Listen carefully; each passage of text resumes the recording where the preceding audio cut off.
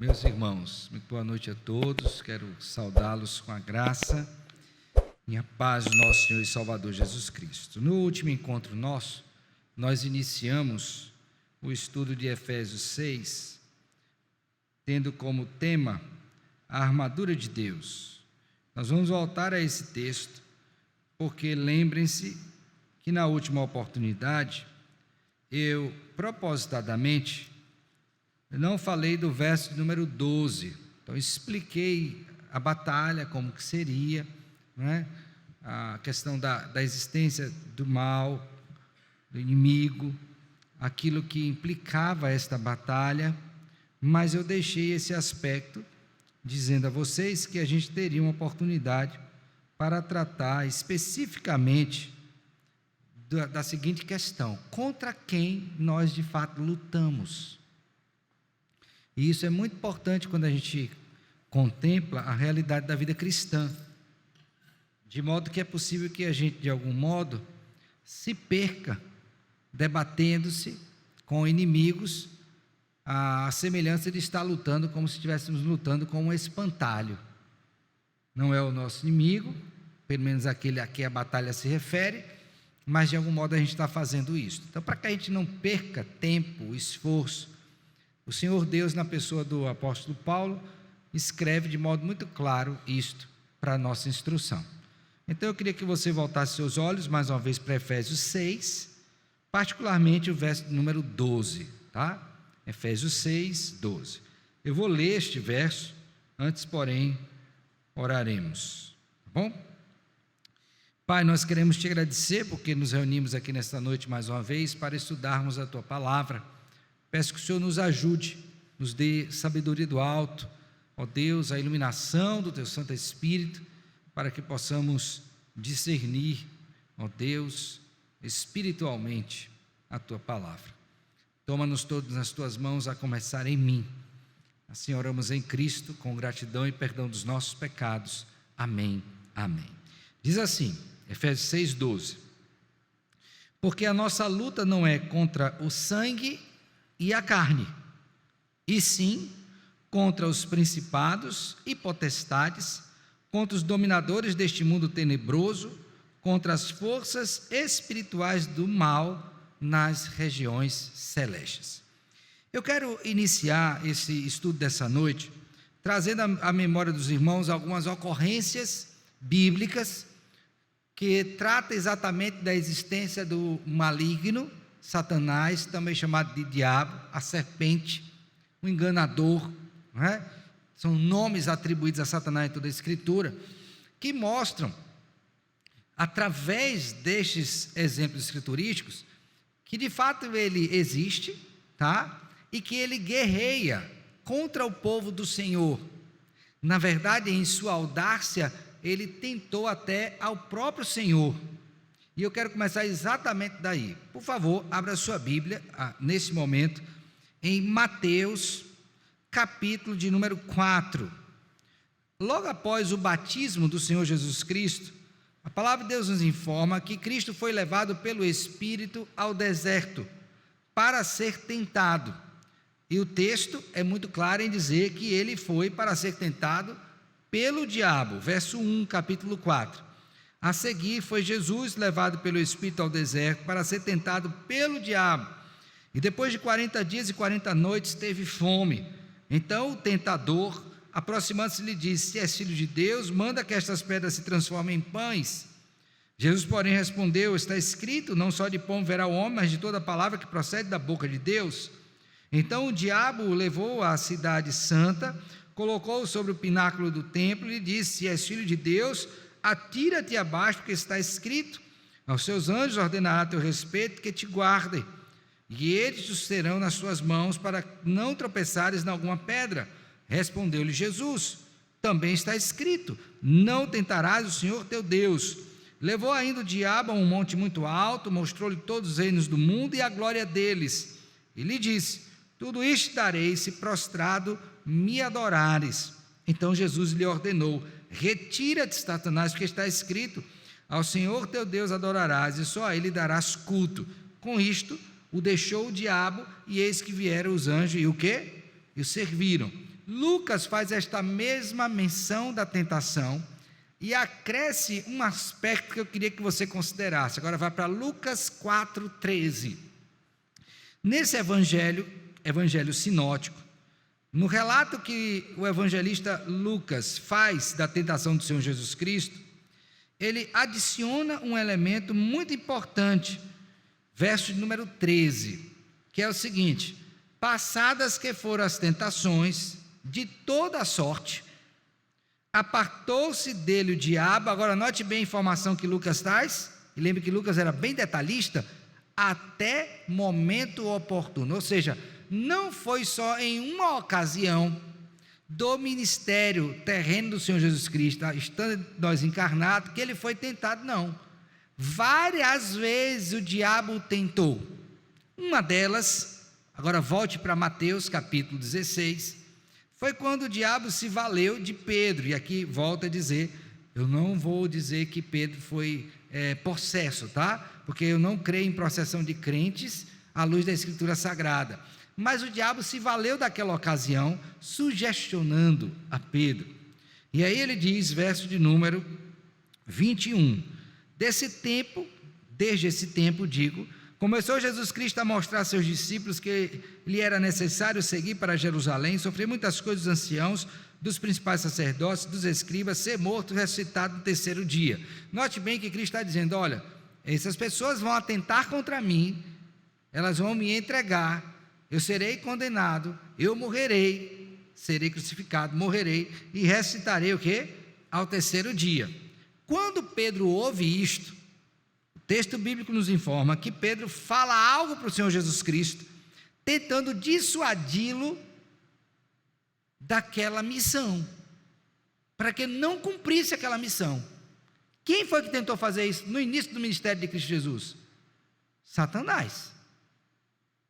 Satanás tentou a Cristo, e se ele cedesse, não poderia, logicamente, mas ele foi tentado, nós não estaríamos aqui hoje, salvos. Ok? Então, mais uma vez, Satanás está tentando tirar Cristo do foco, do cumprimento da sua missão. E aí, o que é que ele faz? Verso de número 22. E Pedro, chamando-o à parte, começou a reprová-lo, dizendo, tem compaixão de ti, Senhor, isso de modo algum te acontecerá. Já pensou se isso não acontecesse? Aí Jesus volta-se para Pedro e diz o que para ele? Arreda, Satanás, tu és para mim pedra de tropeço, porque não cogita das coisas de Deus, e sim da dos homens. Então veja que Satanás está o tempo todo tentando contra o Senhor, porque ele não ama a Cristo, ele odeia a Deus e odeia a igreja. Então observe bem, irmãos, que quando Cristo está nesse tipo de relacionamento, ele reconhece que existem outros inimigos, mas Satanás é um inimigo real, e que vai tentá-lo, para que ele não cumpra a sua missão. Cristo cumpre a sua missão, vence a morte, vence o pecado, vence Satanás, mas a missão precisava progredir. E aí então os discípulos assumem, os discípulos apóstolos, esta missão, e particularmente um deles que é Paulo. Agora vá para a Bíblia, Atos 16, e veja um exemplo de discernimento da batalha, no sentido de contra quem nós lutamos, tá bom? Então, considere bem este exemplo, depois eu vou fazer uma comparação entre o evento de Pedro e esse evento de Paulo. Atos 16. Aconteceu que, indo nós para o lugar de oração, nos saiu ao encontro uma jovem possessa de espírito adivinhador, a qual, adivinhando, dava grande lucro aos seus o quê? Senhores. Seguindo a Paulo e a nós, clamava dizendo, então a jovem ficava dizendo, olha o que ela dizia, irmãos, estes homens são servos de Deus Altíssimo, e vos anuncio o caminho da salvação. Veja que a fala dela está correta, é verdadeira, é até honrosa. Mas o que é que começa a incomodar? Imagine, irmãos, a seguinte situação: eu estou pregando E aí a pessoa diz, isso é palavra de Deus. Uma vez é beleza, mas você imagina o culto todo a pessoa gritando, é palavra de Deus, é palavra de Deus. O que é que ia acontecer com aqueles que estão aqui querendo ouvir a mensagem? Ia incomodar, e muito, de modo que iriam tirar o foco da mensagem e iriam querer saber por que aquela pessoa está falando isso o tempo todo. Foi exatamente isso que aconteceu. Veja o verso 17. Seguindo a Paulo, nós clamamos dizendo, estes homens são servos de Deus Altíssimo, nós anunciamos o caminho da salvação. Isto se repetia, verso 18 agora, por muitos dias. Então, dias após dias, essa mulher, o quê? A mesma coisa. São servos de Deus, falam da salvação. São servos de Deus, falam da salvação. Paulo vendo aquilo, já indignado, Lucas é bem literalista nisso, né? Ele já estava indignado com isso, irado. Voltando-se, disse, olha agora a expressão de Lucas, disse a quem? Ao Espírito. Mas quem estava falando?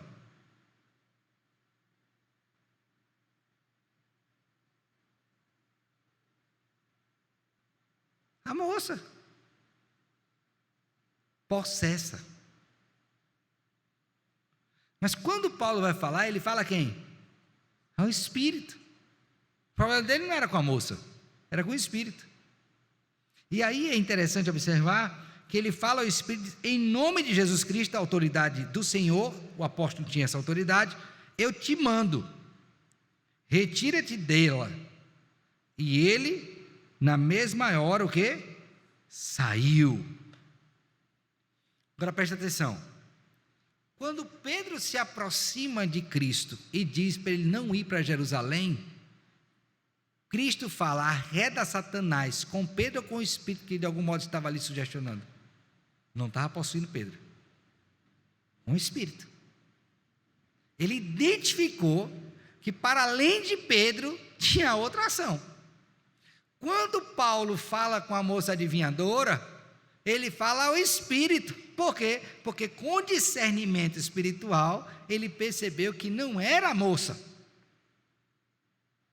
mas era um espírito maligno que estava fazendo aqui para quê?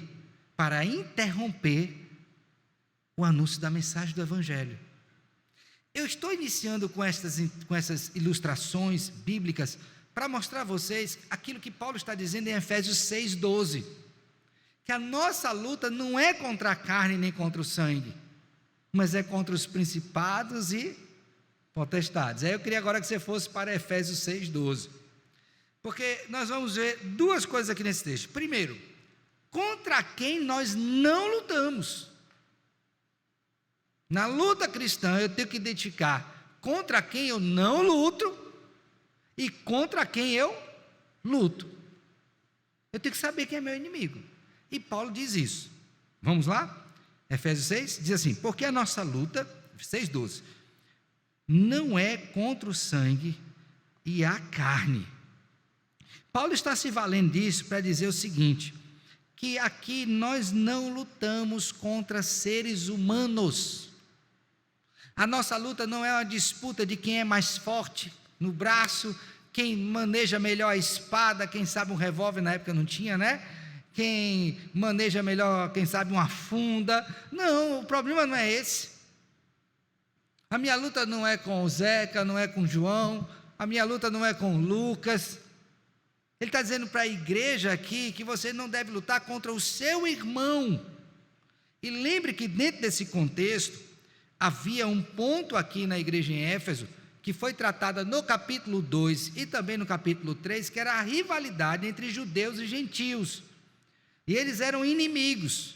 Então, possivelmente, no contexto da igreja de Éfeso, você tinha a briga entre irmãos. Então, Paulo está usando aqui esta palavra, para quê? Para dizer o seguinte, olha, parem de brigar entre vocês, porque a verdadeira luta não é entre vocês. Por isso, que a primeira coisa que ele ensina é contra quem eu não estou lutando e nem devo lutar. E aí tem uma coisa interessante, irmãos, nesse sentido, que é a seguinte, preste bem atenção. Quando Paulo está dizendo que eu não luto contra carne e sangue, ele está dizendo o seguinte: nós não temos resistência, ou pelo menos não deveríamos resistir a esta força humana, porque ela não é o nosso maior inimigo. Portanto, eu não deveria me degladiar com o meu irmão, eu não deveria estar envolvido numa disputa de poder com ele, de habilidade com habilidade, quem toca mais, quem toca menos, quem canta melhor, quem canta pior, quem tem mais dinheiro, quem não tem mais dinheiro, quem tem mais conhecimento, quem não tem tanto conhecimento. Não é essa a luta, porque como igreja nós precisamos estar unidos, carnalmente falando e do ponto de vista sanguíneo, porque estamos unidos no sangue de Cristo. Isso é tão importante. Por favor, volte seus olhos aí para Efésios 2, que ele diz o seguinte, eu vou ler a partir do verso 11, tá? Efésios 2, 11.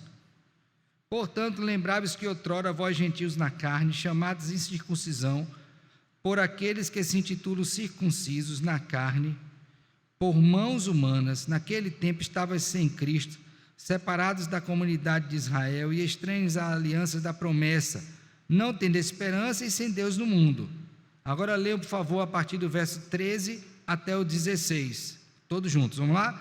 Mas agora em Cristo Jesus, vós que antes estáveis longe, fostes aproximados pelo sangue de Cristo, porque Ele é a nossa paz, o qual de ambos fez um, e tendo derribado a parede da separação que estava no meio, presta atenção essa palavrinha, qual é?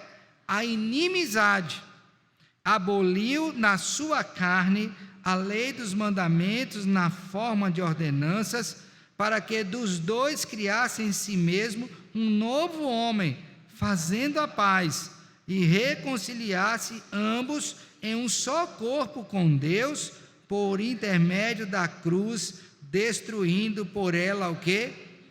Então ele está dizendo, minha luta não é contra você, meu irmão.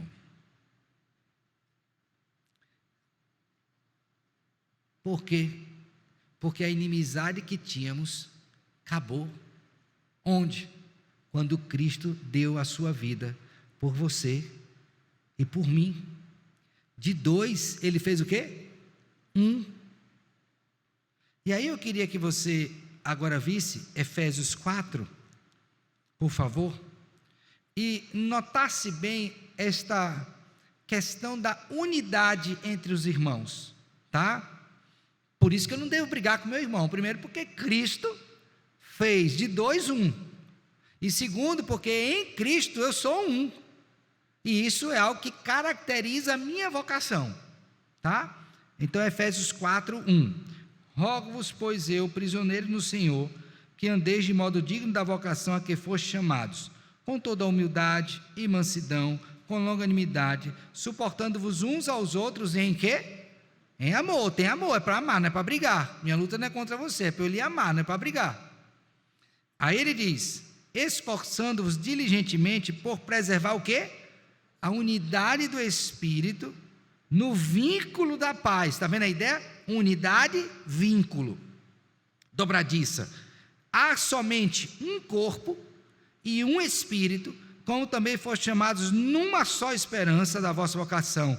Há um só Senhor, uma só fé, um só batismo, um só Deus e Pai de todos, o qual é sobre todos e age por meio de todos, e está o quê? Então ele está dizendo, meus filhos, vocês são um corpo só, porque vocês vão brigar? Então dentro da igreja, minha luta não pode ser contra o meu irmão.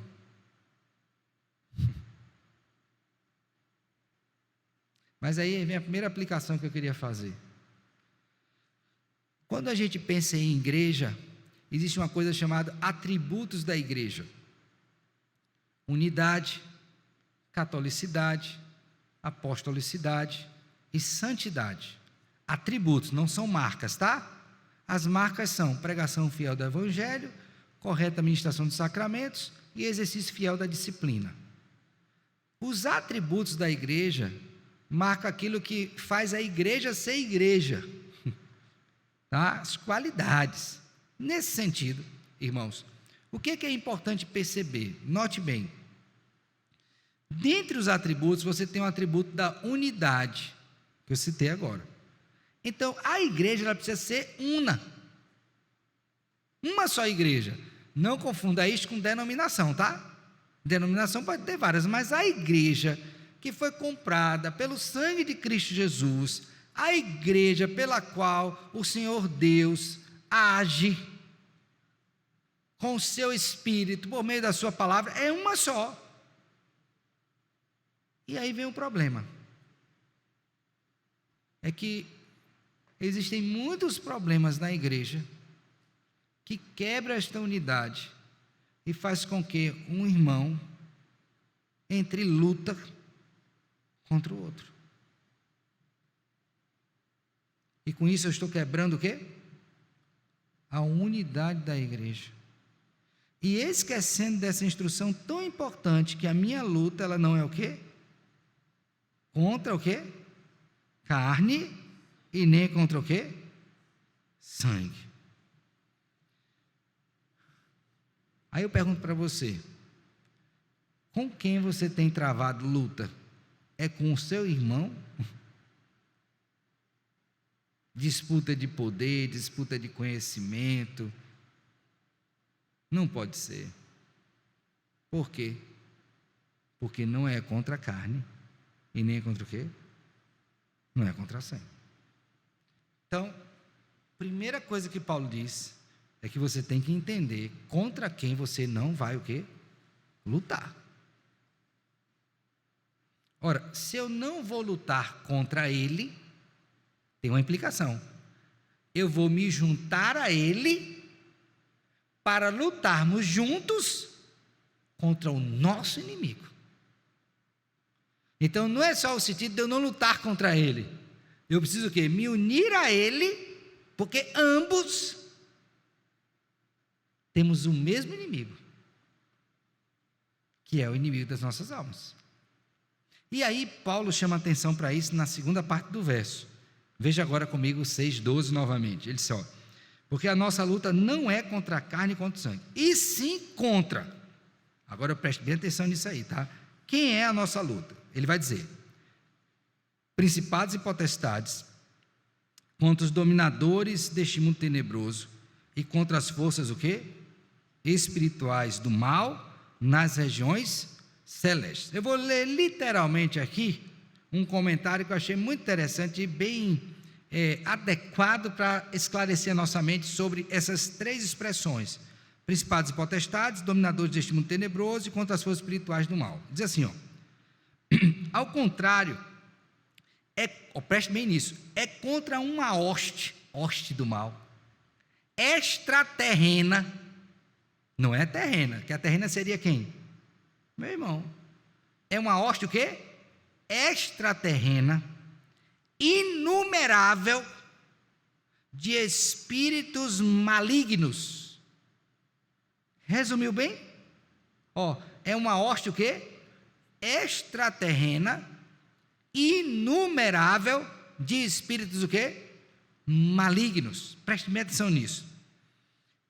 Quando nós vamos tomar isso como exemplo, há uma confissão reformada, que é a confissão belga.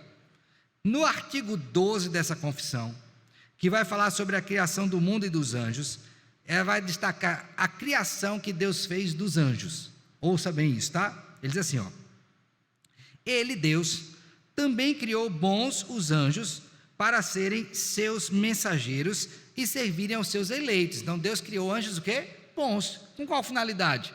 Para ser mensageiro dele e serem o quê? Serviçais do povo de Deus.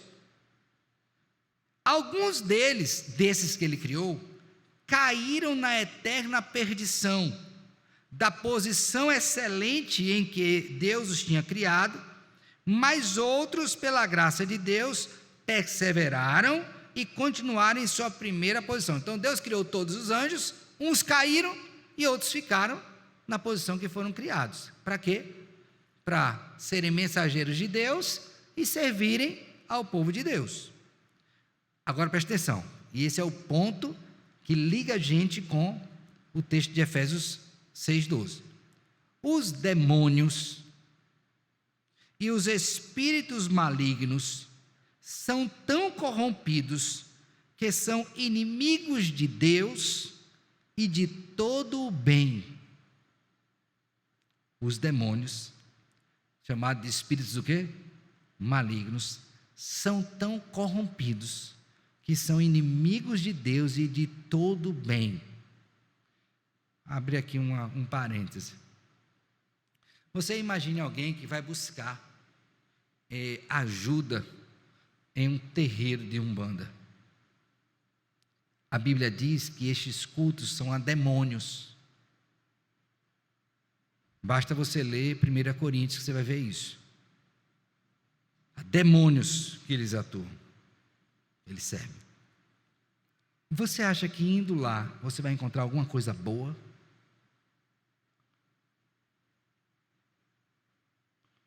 Mas como o Satanás é tão ardiloso, ele pode se travestir de uma coisa boa para lhe conduzir a uma coisa ruim? Pode. Por quê? Porque ele está fazendo o que é próprio da sua natureza. Eles são tão corrompidos que eles são inimigos de Deus e de todo o bem. Não há coisa boa nos demônios. Entenderam? Aí, irmãos, prestem bem atenção. Ele diz assim: como assassinos, com toda a sua força, estão à espreita da igreja e de cada um dos seus membros. Vocês estão entendendo porque o apóstolo Paulo disse assim: olha, minha luta não é contra a carne, não é contra o meu irmão, é contra esses inimigos aqui, ó, que eu não consigo ver a olho nu, mas que eu sei pela palavra que existem, que têm relativo poder e que estão atuando, e vão fazer de tudo para acabar com a igreja. E veja que eles são bem detalhistas, tá? Com cada um dos seus membros, um a um, se ele puder, ele vai acabar. E ele prossegue: à espreita da igreja de cada um dos seus membros, para demolir, destruir com toda a sua astúcia. Agora volta para o texto de Efésios 6:12. Nossa luta é contra quem? Principados e potestades, contra os dominadores deste mundo, o quê? Então, o que são esses potestades? Principados e potestades? São esses anjos caídos. Agora, veja, quando eles caíram da presença de Deus, vieram para onde? Para a terra. Então, este mundo tenebroso é o mundo de trevas. Lembra que a Bíblia diz: este mundo jaz aonde? Maligno, é um mundo de trevas. É um ambiente próprio para Satanás agir. Ele não pode agir no céu, vai agir aqui na terra, por tempo limitado, até ser julgado finalmente. Então ele diz: esse grupo, esses principados potestades, são dominadores deste mundo tenebroso. Então eles têm, preste atenção nisso, relativo domínio sobre este mundo. Pastor, por que relativo? Porque eles não têm todo o poder. Quem é que tem todo o poder sobre tudo e todos? É Deus. Então eles estão agindo debaixo ainda do poder de quem? De Deus. Até o momento que Deus disser: acabou, fechou, vai ser julgado, pronto, não vai ter mais poder. Então eles estão agindo, contra os dominadores deste mundo tenebroso, contra as forças espirituais do mal nas regiões o quê? Celestes. Cuidado com essa confusão aqui, porque alguém pode dizer assim: está vendo, eles estão nas regiões, estão lá com Deus. Não. Aí a pessoa ainda pega o texto de Jó e vai dizer: está vendo que ele apareceu lá na presença de Deus? Não. Eles foram expulsos de uma vez por todas, eles não estão atuando mais nas regiões celestes. Então entenda a região celeste como esse ambiente onde nós estamos aqui, o mundo onde nós estamos, e no que diz respeito à atuação espiritual. Mas não é que eles estão no céu não, viu? Os demônios não estão no céu, eles foram de lá, eles foram expulsos. Então Paulo diz: olha, é nesse ambiente, É nesse campo de batalha que se encontra o nosso verdadeiro inimigo. Quem são eles?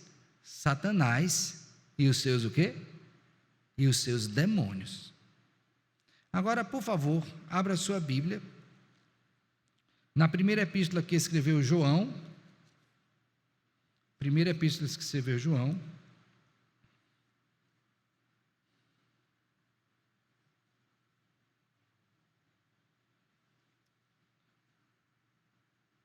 abriram aí, por favor? Alguém leia para mim, por favor, capítulo de número 4.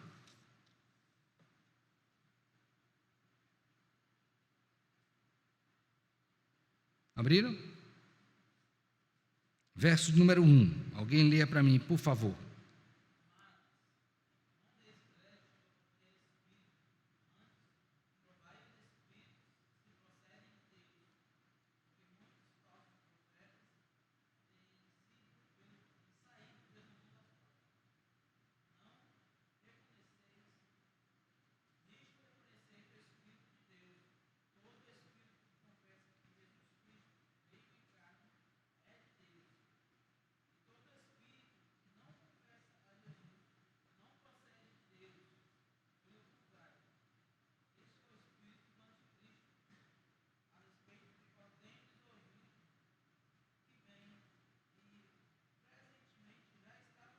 Já está onde? No mundo. Veja, ele sai pelo mundo afora, já está no mundo, e o que mais? Pode ler, meu irmão? Verso 4.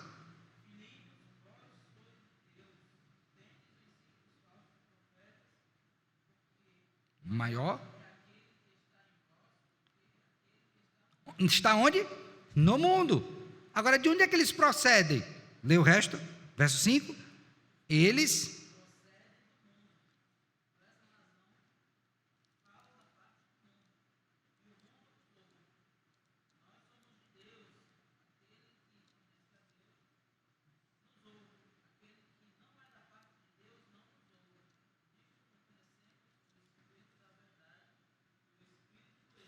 Exatamente.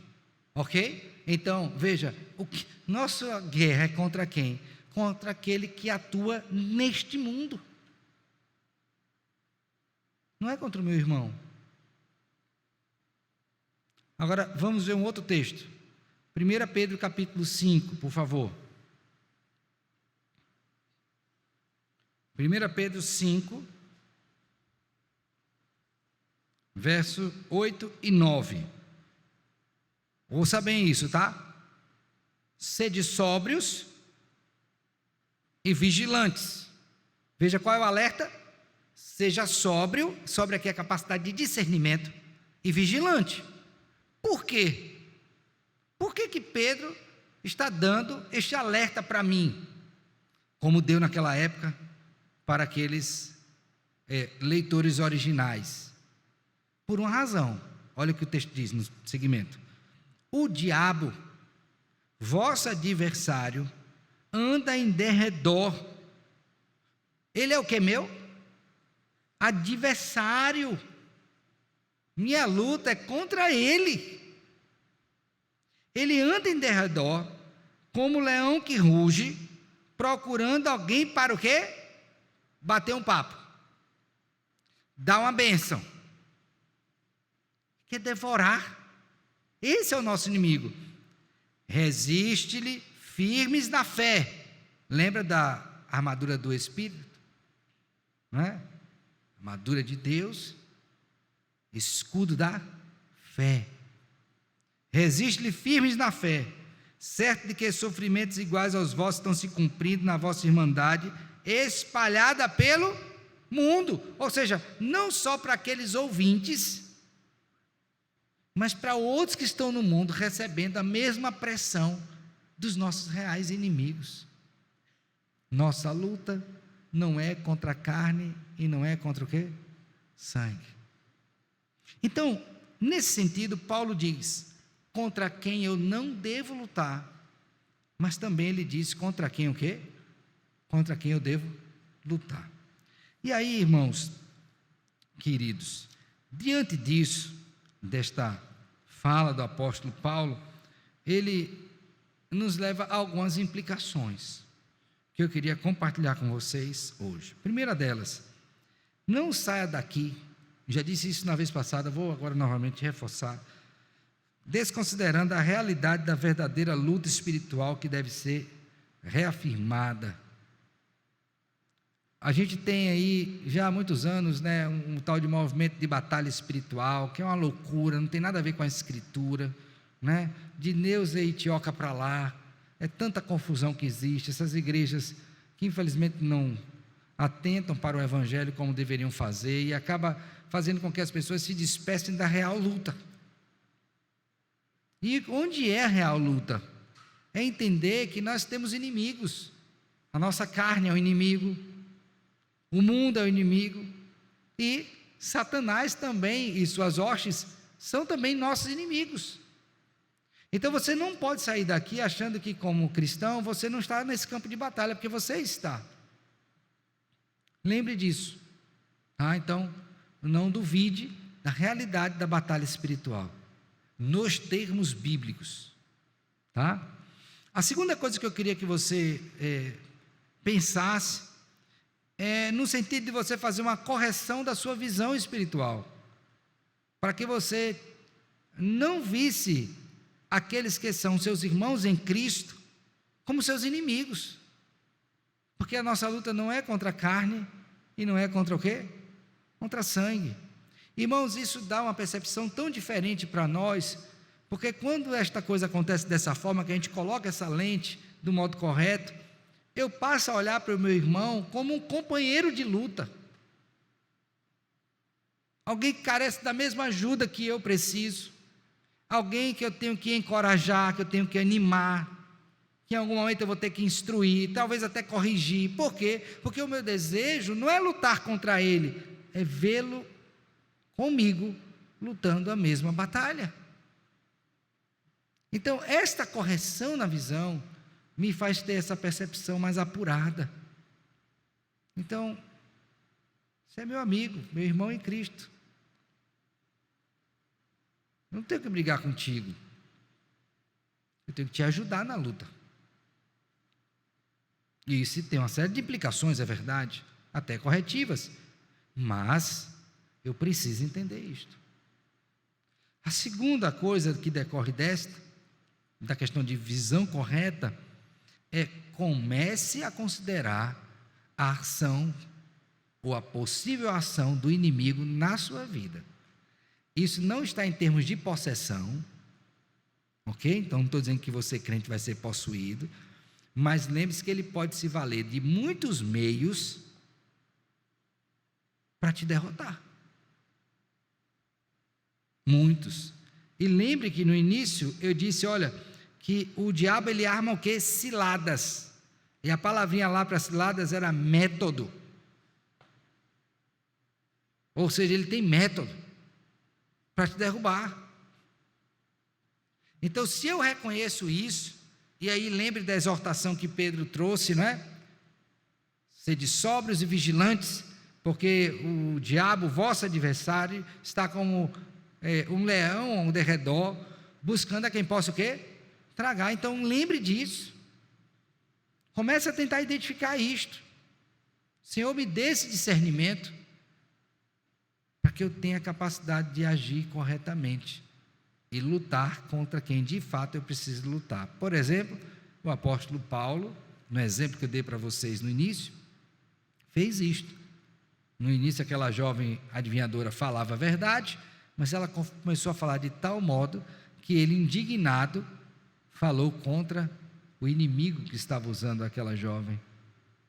Estou dizendo para você sair por aí, Leandro, expulsando o demônio do povo? Não estou falando isso não. Não estou falando nada disso. Eu estou dizendo que há um inimigo invisível que usa os recursos vários que ele tem para te derrotar. E não acho que ele não vai fazer isso não, porque ele vai fazer. Porque ele tem uma finalidade: matar, roubar e o quê? destruir, ele quer acabar com você, ele quer acabar comigo, porque ele odeia Deus, ele odeia todo bem, e o que ele puder fazer para acabar com a sua vida, ele vai fazer. Agora lembre bem de uma coisa importante, e aqui eu encerro a última aplicação. Quando a gente fala sobre isso, a pessoa pode sair daqui com os cabelos levantados, né, de medo, misericórdia, agora Satanás está no meu encalço, e ela vai querer olhar de um lado para o outro. Mas veja só, um homem fez uma colocação muito interessante, e eu quero compartilhar com vocês, que foi muito edificante para mim. Ele disse assim: olha, você está lutando, mas você tem que se lembrar que você já é vitorioso em Cristo. Que bênção, não é? Porque quando a gente olha o tamanho da luta e o tamanho do inimigo, nós mesmos não temos força. Mas lembre, quando nós estamos lutando com base no vitorioso. Porque lembre que o apóstolo Paulo diz que em Cristo nós somos mais do que o quê? Vencedores. Abra sua Bíblia aí, por favor, em Romanos 8, e veja isso, especificamente sobre o caso da luta. Romanos, capítulo de número 8. Preste bem atenção nisso, tá? Abriram? Verso 37 a 39. Ele diz assim, ó: em todas estas coisas, porém, somos mais que vencedores por meio daquele que nos o quê? Amou. Estão prestando atenção? Agora veja, ó: porque estou bem certo de que, aí ele vai enumerar, primeiro, a morte pode nos vencer? Não. Mas você vai morrer? Possivelmente, eu também, salvo se Cristo vier antes. Mas o fato de eu morrer quer dizer que eu sou derrotado pela morte? Não, porque em Cristo que venceu a morte, eu sou vencedor. Então a morte não vai me vencer. Aí ele vai dizer outra coisa: e a vida? Não, porque a própria vida é Cristo, então a vida também não é contra mim, porque Ele é o Senhor da vida. Então também não tem problema com a vida. Eu não tenho problema nem com a vida e nem com a morte, porque a morte Cristo venceu, a vida Ele é, então qual é o problema? Aí dá o terceiro: nem os anjos. Tem um problema com anjos? Não. Os que não caíram são mensageiros e instrumentos de Deus para servir ao seu povo. E os que caíram? Aí ele vai dizer: nem os principados. Eu tenho problema com principado? Não. Porque ele venceu também os principados, que é exatamente o termo que está usado lá em Efésios 6. Aí ele prossegue: nem as coisas do presente. Eu tenho problema com as coisas do presente? Não, problema nenhum. E o futuro? Também não. E os poderes deste mundo tenebroso? Também não tem problema, porque ele já venceu. Nem altura, nem profundidade, nem qualquer outra criatura pode separar-nos do amor de Deus que está em Cristo Jesus. O quê? Então, eu quero que você saia daqui com essa terceira aplicação na mente, dizendo o seguinte: olha, a luta é grande, o inimigo é poderoso, ele não é todo poderoso, mas ele é poderoso, ele tem muitas ciladas. Por ora é possível que eu tenha caído em algum combate, mas a certeza que tenho em Cristo, que é vitorioso, é suficiente para me fazer levantar e prosseguir nesta luta.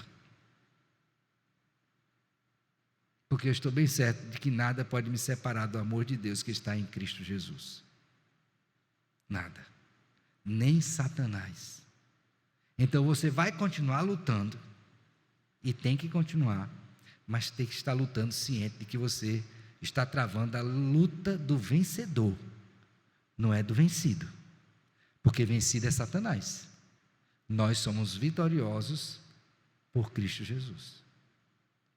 Então, que hoje você vá para casa dizendo: Senhor, me ajude a abrir mão de algumas lutas, porque são contra a carne e contra a sangue, não deveriam existir, e ao mesmo tempo me engajar firmemente e sabiamente na verdadeira luta, que é espiritual. Que Deus tenha misericórdia de nós e nos ajude. Amém.